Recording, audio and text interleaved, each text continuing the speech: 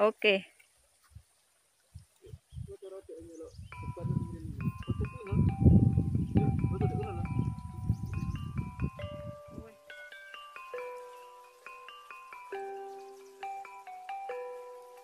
Di puncak salah satu bukit di lereng Gunung Wilis terdapat batu seukuran 5 depa tangan manusia.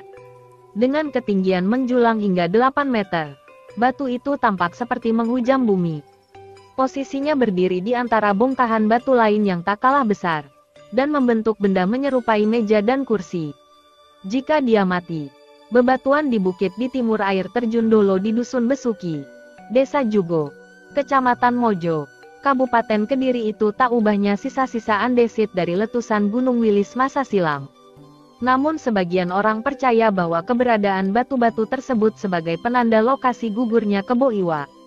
Dia adalah lelaki dari kerajaan Bedahulu Gianyar, Bali, yang rela mengorbankan nyawa untuk memenuhi cita-cita Mahapati Gajah Mada dari kerajaan Majapahit, yaitu menyatukan Nusantara. Bisa dibilang peristiwa itu juga jadi awal keruntuhan kerajaan Bedahulu yang selama lebih dari 4 abad berkuasa di Bali. Kisah pengorbanan Kebo Iwa hingga kini hidup menjadi legenda, baik bagi orang Jawa dan Bali. Tokoh Kebo Iwa muncul dalam lingkaran sejarah telatah Nusantara di kisaran abad ke-14.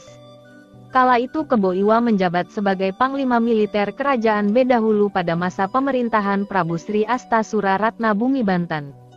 Sosok yang digambarkan bertubuh besar dan kekar ini pernah mengucap janji, yaitu, selama nafasnya masih dikandung badan, tak akan ada kerajaan manapun menguasai Bali.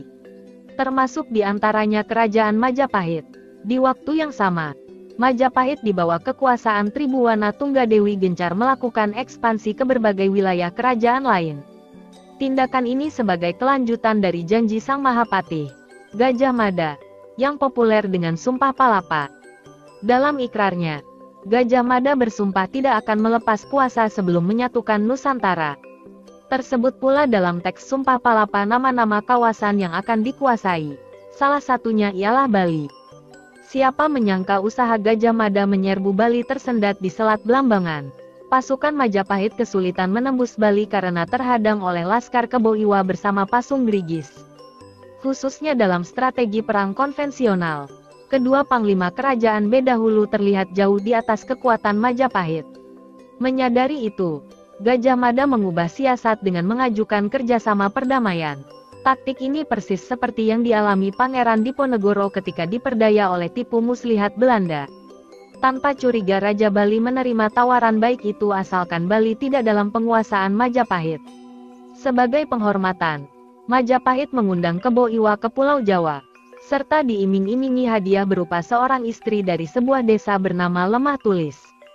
Kawasan itu menurut banyak kalangan berada di Desa Watu Tulis, Kecamatan Prambon, Kabupaten Sidoarjo. Tidak sedikit pula yang beranggapan Watu Tulis terletak di daerah Kedungwulan di situs Trowulan, Mojokerto. Di kawasan yang keabsahan lokasinya masih diperdebatkan inilah sejarah mengenang Kebo Iwa lengah, lalu dibunuh oleh Gajah Mada.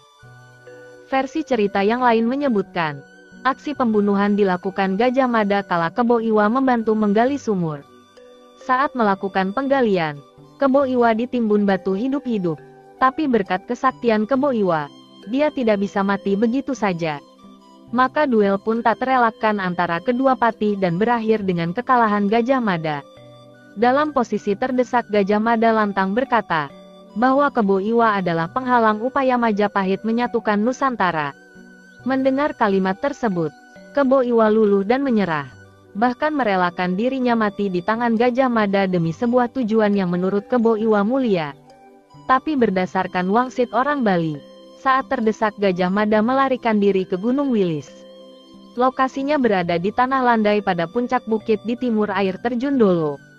Ditandai oleh keberadaan batu-batu besar menyerupai meja dan kursi. Untuk mencapai tempat yang dikenal bernama Batu Tulis itu hanya bisa dilakukan dengan berjalan kaki. Di sepanjang rute menanjak sejauh 1 km ini banyak dijumpai tanaman andong. Selain sebagai penghormatan terhadap leluhur, perdu berdaun warna merah itu sengaja ditanami warga untuk penunjuk jalan para peziarah. Meski tak sedikit peziarah datang dari Kediri, batu tulis justru kerap dikunjungi oleh orang-orang Bali. Sebagian dari mereka percaya, di batu tulis Kebo Iwa gugur dan dikubur. Sebagian lain menganggap batu tulis ialah perwujudan Kebo Iwa yang moksa setelah merelakan diri mati di tangan Gajah Mada. Walau begitu mereka sama-sama meyakini, di sanalah Kebo Iwa mengucap kalimat perpisahan. Jiwa dan raga kukorbankan demi persatuan dan kesatuan Nusantara.